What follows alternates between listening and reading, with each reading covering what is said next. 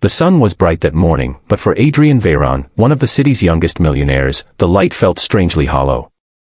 He sat in his sleek black car outside the gates of his sprawling estate, his reflection staring back at him in the glass.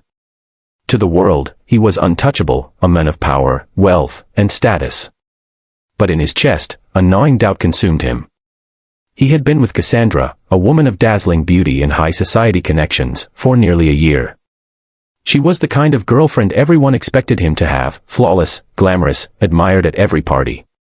Yet deep inside, Adrien wasn't sure if she loved him, or just the fortune that surrounded him. And so, in a bold and almost reckless act, he devised a test that would change his life forever. He told Cassandra he had been injured in a car accident and could no longer walk. He would use a wheelchair, hide behind the mask of weakness, and watch closely to see her reaction. Would she stand by him through the darkness? Or would her affection vanish without the shine of his wealth and charm? It was a cruel plan, but one he felt desperate to attempt. If you believe in kindness, loyalty, and second chances, please take a moment to like this video, share it with friends, and subscribe to our channel, Kindness Corner. Your support helps us spread stories that inspire hearts around the world. The first few days of the experiment were painful. Adrien, dressed in a tailored blue suit, rolled into the grand halls of his mansion with Cassandra by his side. At first, she played her role well. She stroked his hair, assured him that he was still the man she adored, and even posed dramatically for a friend's sympathy on social media. But when the cameras were off and the pity party ended, cracks began to show. Her laughter turned sharp, her patience wore thin, and she began avoiding him under the pretense of events and commitments. Adrien could feel her love slipping away, replaced by irritation and thinly veiled disgust. In the background of this cruel stage stood another figure, unnoticed by most but impossible for Adrien to ignore. Her name was Maribel, a quiet maid who had been working at the mansion for only a few months. She wore a crisp purple uniform with grace and carried herself with a dignity that belied her humble position. While Cassandra rolled her eyes at the sight of Adrien struggling to reach for his glass of water, it was Maribel who gently placed it into his hands. When Cassandra excused herself from pushing his wheelchair, it was Maribel who guided him through the gardens, her step steady and her silence comforting. Adrien began to see her in a way he had never seen anyone before. She did not look at him with pity, nor with admiration for his wealth. She looked at him like he was human, wounded, vulnerable, but still worthy of respect. In those moments, Adrien felt something stir inside him, something he hadn't felt in years. Days turned into weeks, and Cassandra's mask fell completely. She mocked him openly, telling friends he was a shadow of the man he used to be. One evening, as they gathered for a lavish party on the mansion's terrace, she laughed loudly, pointing at him as if he were a cruel joke, while her guests joined in with nervous chuckles. Adrien sat in silence, his chest tight, his face burning with humiliation. But Maribel, she stood behind his wheelchair, her expression unreadable, her grip steady on the handles. When the laughter rang in his ears like poison, she leaned just slightly closer, her quiet presence shielding him in a way that words never could. For the first time, Adrien realized who truly saw him, who truly cared, and who never needed him to prove anything. That night, long after the party ended and the glittering guests disappeared, Adrien remained awake in his room. He removed the neck brace, placed it on the nightstand, and stared at his reflection once again.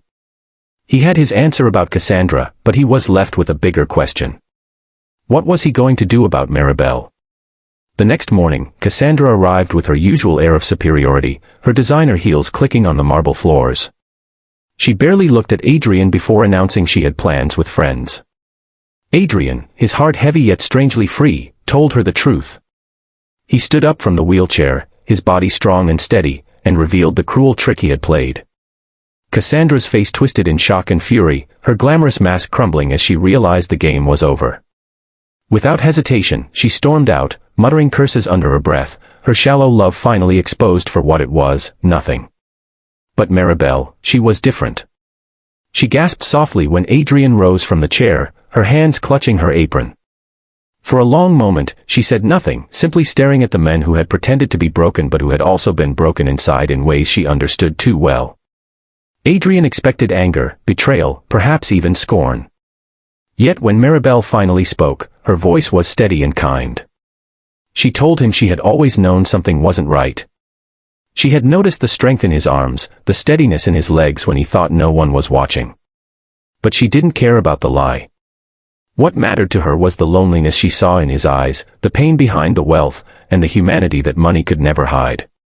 For the first time in years, Adrian felt tears sting his eyes. He confessed that his fear of being unloved for who he truly was had driven him to this desperate act.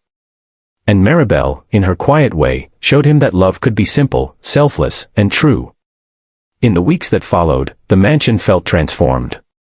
The party ceased, the shallow laughter faded, and in its place came the sound of birds in the garden, of footsteps on the marble floors that carried purpose instead of vanity.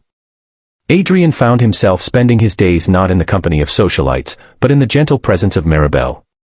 She told him stories of her childhood, of her struggles, and of her dreams, dreams she never thought someone like him would care about. But he listened, and more importantly, he cared. Their bond grew in silence and in small gestures, the way she brewed his morning coffee, the way he helped her carry heavy trays despite his wealth, the way they walked together through the rose gardens at dusk. It was not a love born from wealth, or power, or appearances. It was born from kindness, from respect, and from the quiet miracle of being seen. Months later, Adrian stood once again before his reflection, but this time the man staring back at him was no longer hollow. He was alive, his eyes filled with purpose. And when he turned from the mirror, Maribel was there, her smile soft but radiant. They did not need grand declarations or dramatic gestures. They had something far greater: trust, honesty, and love that no fortune could ever buy. If this story touched your heart, please like, share, and subscribe to Kindness Corner. Every click helps us spread more stories of hope, kindness, and true love.